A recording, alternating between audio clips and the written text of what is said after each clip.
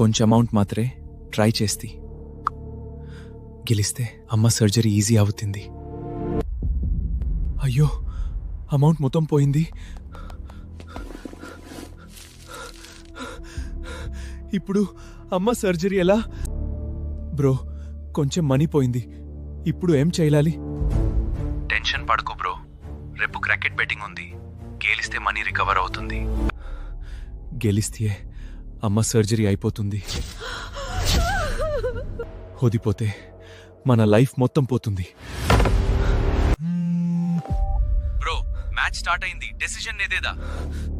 God please ఇదే last chance.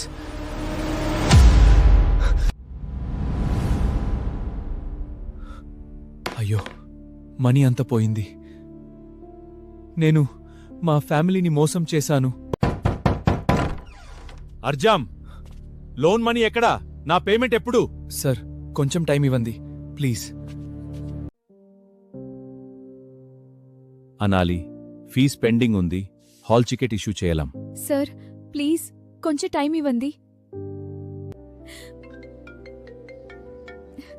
అన్నా principal sir fee కట్టకపోతే హాల్ టికెట్ ఇవ్వను అన్నారు. నువ్వు వరి అవ్వక అనాలా, నేను ఎద్దిన చేసి ఫీజ్ అరేంజ్ చేస్తా.